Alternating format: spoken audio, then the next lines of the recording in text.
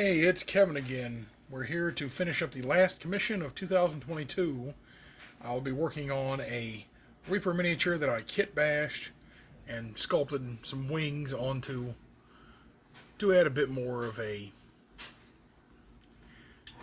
more anime-like look the client wanted.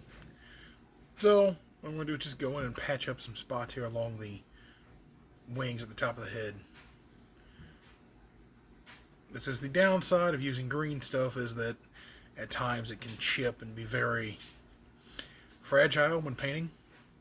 I'm going to also go in and gently apply an eyebrow.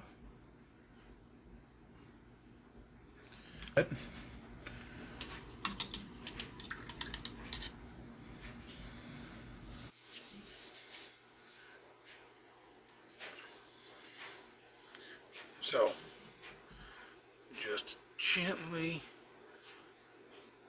touch onto the brow half of the mini. Barely noticeable, of course, given the fact of how small it is. But it will look nice on a table. While I'm here, I'm going to go ahead and patch up this little spot of skin tone that, of course, didn't dry properly. This model's been kind of a pain. The Reaper Bones line has always had some issues with that. Not drying properly or not being able to hold paint properly. It's not Reaper's fault, it's the fault of the polystyrene material. Any miniature company can have that problem. I'm going to switch to a medium flesh tone after applying our light flesh tone, and I'm going to just layer it up right here, making sure I avoid the hair and I avoid parts of the forehead. And there's the face finished. Now I'll go ahead and I'll do the same to this arm and probably patch up some more spots as we go along. So I'll just get some more of our medium flesh tone and I'll just start filling out details that either didn't dry properly or just don't look that good. Trying to get as smooth of a skin tone as possible, avoiding chalkiness, and getting a color that blends nicely with our purple.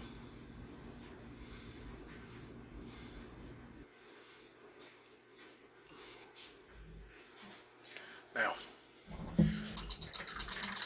rinse my brush, get a little bit of water into our paint, starting to dry a little bit on my wet palette.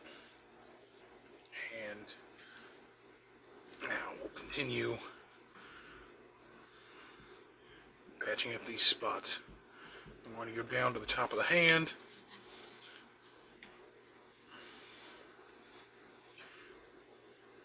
I'm going to fill in all these details here.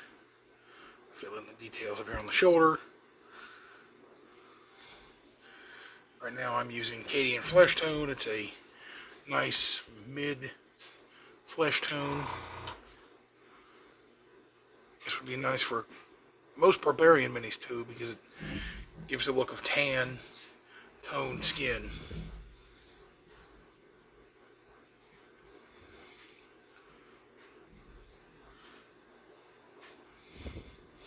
Making sure we don't have any excessive paint. We're going to wipe a little bit off onto our thumb, and we're going to just fill in some more of this, hitting all these pale spots that dried to a chalky finish, or spots where the wash pulled a little too much. Now, we're going to tightly paint that little area there, and we're going to rinse our brush once more. Get a little bit more German gray onto the brush. I'm going to just touch up the top part of the dress. Right there at the tie, pull across here. If you notice, I didn't use black for the hair because German gray is a much easier color to shade off of. Now, you see I overspilled onto the arm. We're going to just lightly touch that up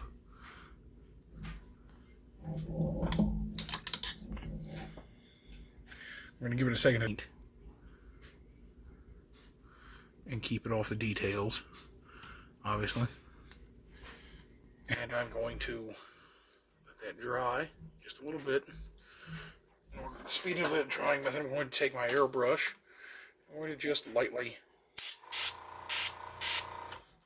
just put a little bit of air into the area. Take a little bit of our Cadian flesh tone and just patch the area back up. Mistakes will happen, especially something this small of scale. So don't be alarmed if you overspill. I've done it thousands and thousands and thousands of times. Imagine it like painting a picture where you might overspill a little bit, but you can still fix it. It's only paint.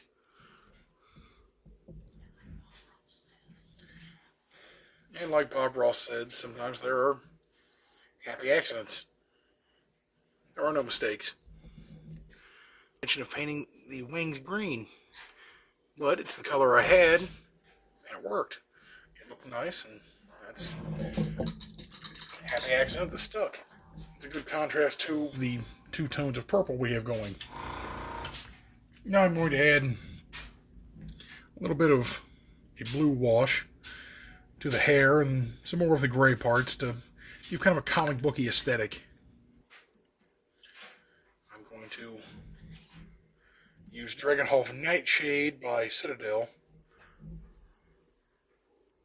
Load a little bit up onto a brush, close the pot, and I'm going to just lightly apply it into the hair, onto the wings, to help pick out details and help blend colors together as well, avoiding the face and facial details. This will also help blend colors with the purple tone better.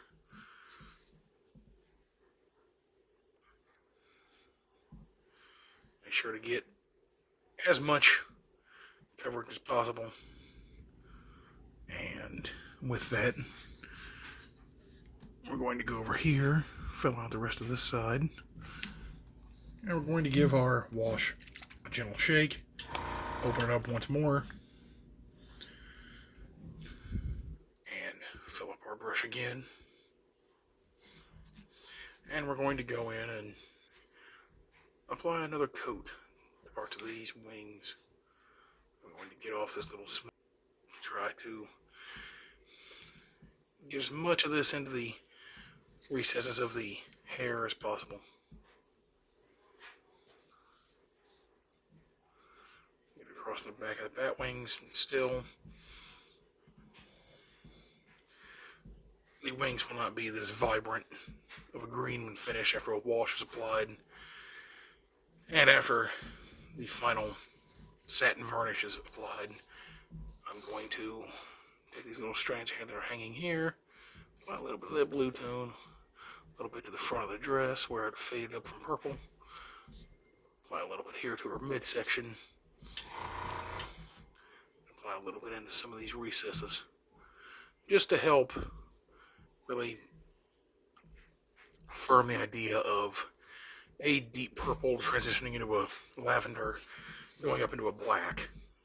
It's not a hard process.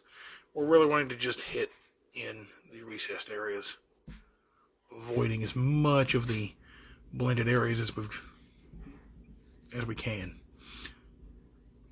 Hitting areas like here, and around here, and here, and of course a little bit in here to help darken the purple and bring more of a navy blue lavendery tone throughout most of the model. And this will be the final outcome for right now. Next time I am going to go ahead and paint the eyebrows a little better, paint the little bookmark here off to the book, add some more details to these books, do some highlights on the wings, and paint the base rim. And on that note, we'll call it a day.